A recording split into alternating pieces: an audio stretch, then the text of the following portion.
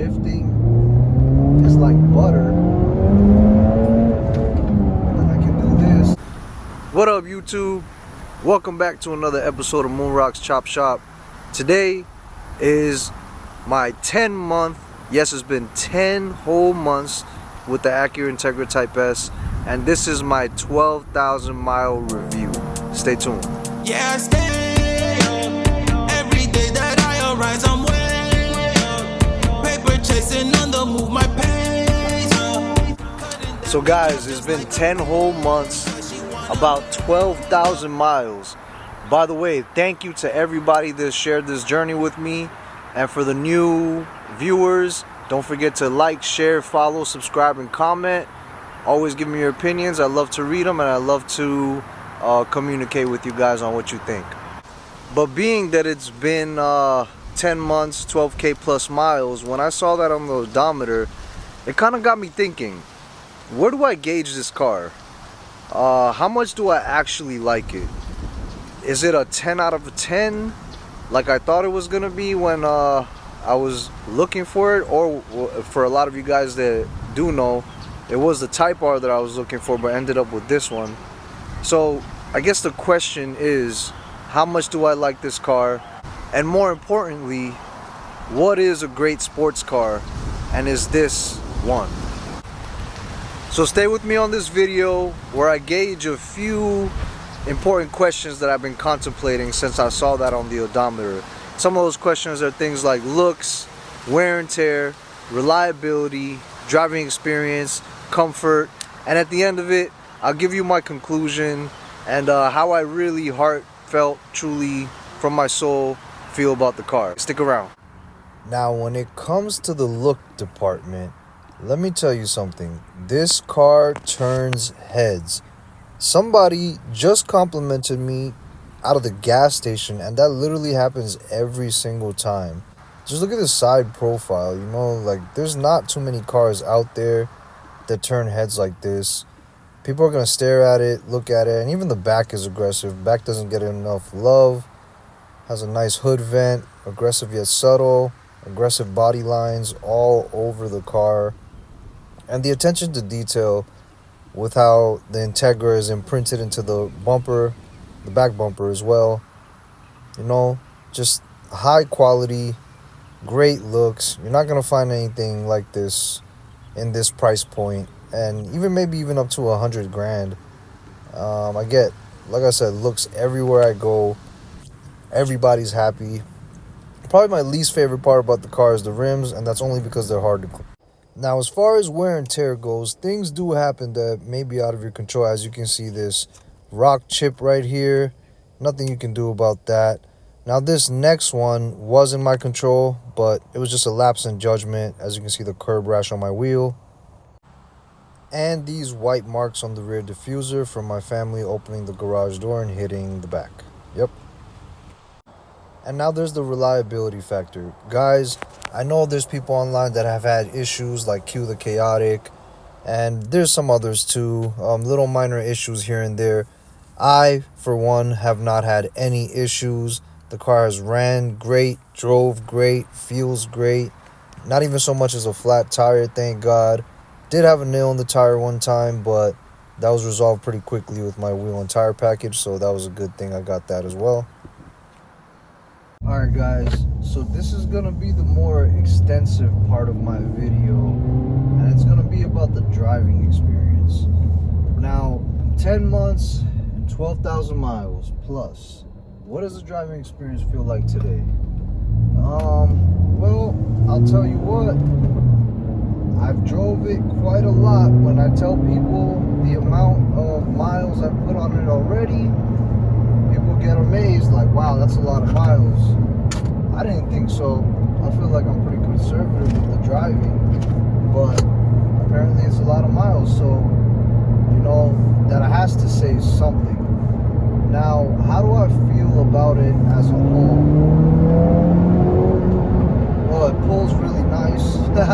It's really fun. Puts you back in your seat, gives you that gut wrench. You know, there's not a lot of cars on the road that'll give you that, especially at the price point that this is. The that it's built as well as plays a major factor into this. But all in all, guys, whoa, it took that U-turn kind of ugly, but that's okay. I was trying to hold on to my bottle. So, the driving experience. The steering wheel feels extremely responsive. I can feel almost every bump and everything that I want to feel through the tires, up through the suspension, into my steering wheel. For me, that's a positive. I don't want to be numbed out like luxury cars make it feel. I want to feel the road. So for me, that's a positive on the driving experience side. Some people might not like that because they don't want to feel everything on the road. But hey, to each his own. I like the performance aspect of driving. I really do.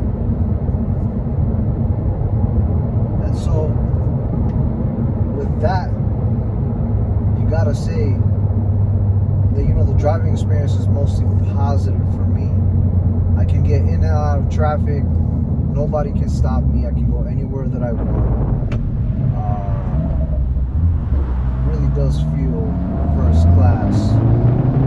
In terms of performance goes, the shifting is like butter. I can do this if I want. You know what I mean? Get out of the way. Oh, there's a Hyundai Sonata behind me trying to do something crazy. But I'm gonna hit a UE right here. I don't know what this guy thought he was doing.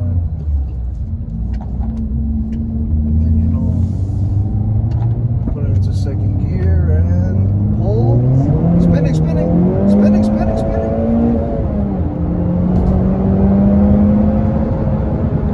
That's just a ridiculous feeling, you know. The way that this thing pulls, and it's front wheel drive, so I gotta wrangle it, make sure that, you know, it stays in the lane. I think that's one of the most fun things about front wheel drive. I'm sure there's aspects of that to rear wheel drive. All wheel drive, you probably don't get any of that. It probably just clamps down and goes. But that's another beauty of this car, y'all.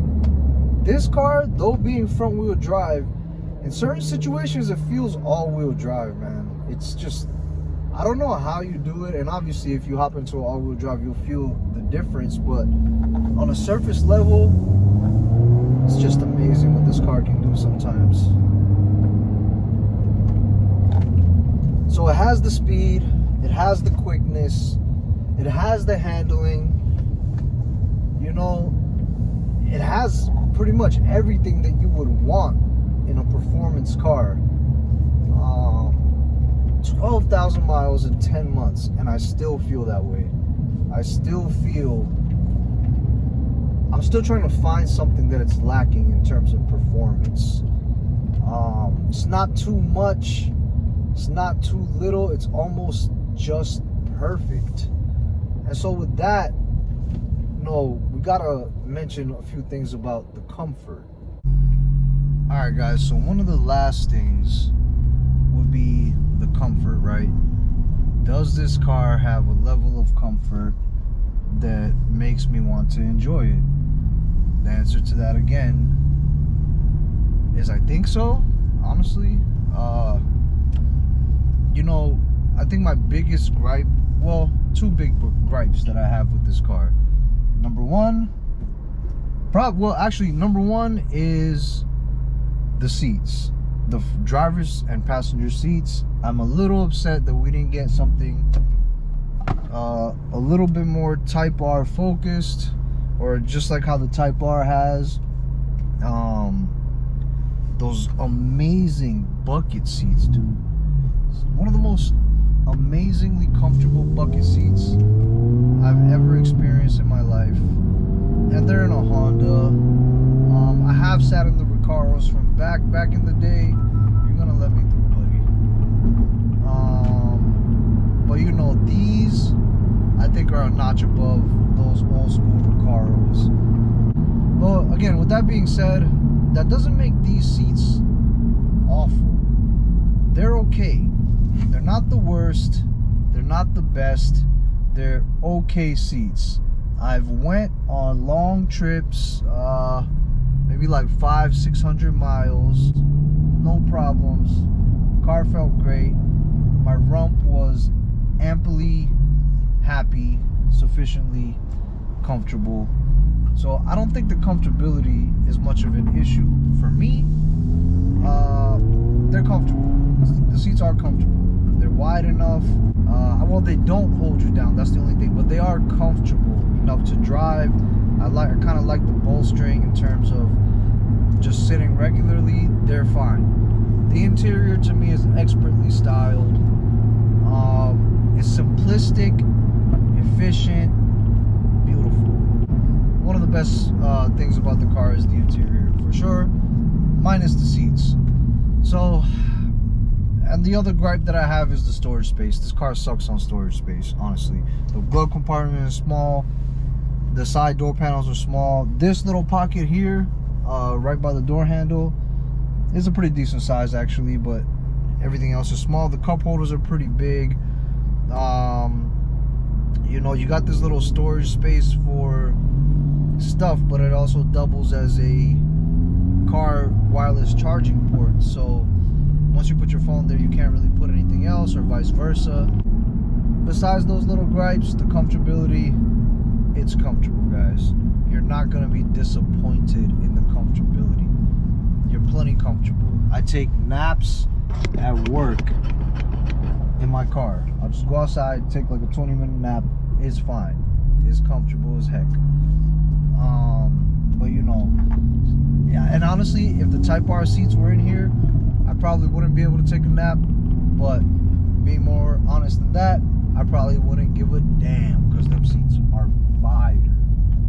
And one of the biggest downfalls of the Type S is not having those Type R bucket seats. That would have been a big deal if they came with them. But in the comfortability department, I think the car passes. So don't let that deter you.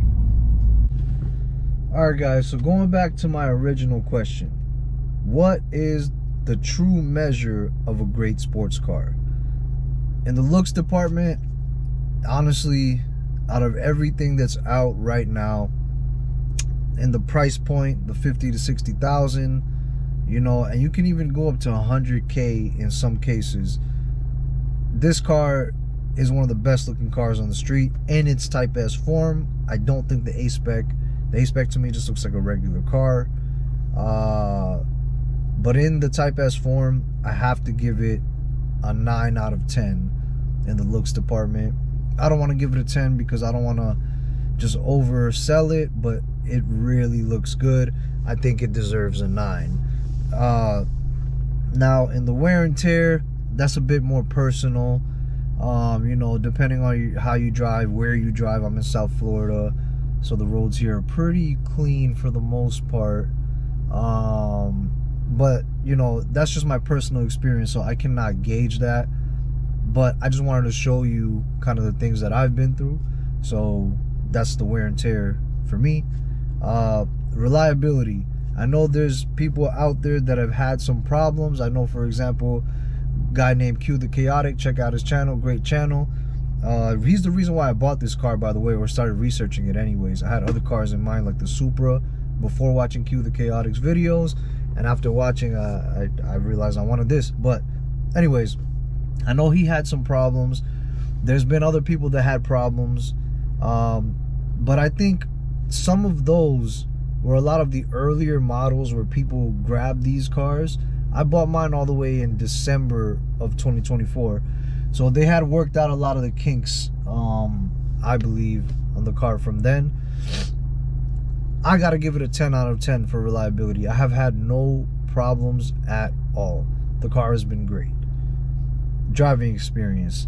There's very few cars that'll give you this level of driving experience. A Porsche comes to mind. I can't put the M cars in there because there's certain imperfections that the M cars have, despite their performance aspects, that this car just feels better. But you know, like I said, I'll probably put Porsche at like 10 out of 10. But I gotta give this an 8. This is an 8 for driving experience. I love driving it every single day. I hop into the car, I start it up, I click everything on, check. The car is beeping at me like it's a fighter jet, and then I just go. It's amazing. So I gotta give it an 8 for driving experience because I love it. Now for comfort, the comfort, I may have put it a little bit higher because of my bias about the car. I gave the car a 7 out of 10 for comfort. For me, it's that. It doesn't discomfort me besides the storage space issues. So it's a 7 out of 10 for me, guys. Dang, don't mind my hair. I'm looking crazy. But anyways, guys, in conclusion, after 12K miles and nearly a year or 10 months or so, you would think driving would eventually get tiresome. In that time, I've also had the privilege to drive a few BMW M cars, a Porsche 911, a Type R, and a few others. But the truth is, I've kind of always been chasing this, right? The way Honda built this car is peak. I remember 10 years ago or so, me and my friends were meticulously wrenching on EK and EG chassis just to chase this feeling. The feeling that Honda gave us. It comes from Honda, building it for us from the factory. I've dreamed of this car. I can't say that this is my dream car, but I've definitely dreamed of this car in whatever form that the dreams wanted. Honda is the one that actually engineered it, and it's a true tuner sports car. So thank you, Honda, and thank you to you guys for liking, sharing, watching. Next up is a lot of performance mods coming to this Type S, so stay tuned for more videos. Like, comment, and subscribe. Don't forget to hit the bell to get notified when I drop videos, and stay tuned for more. Thank you guys. I'll catch you guys on the next one. Peace.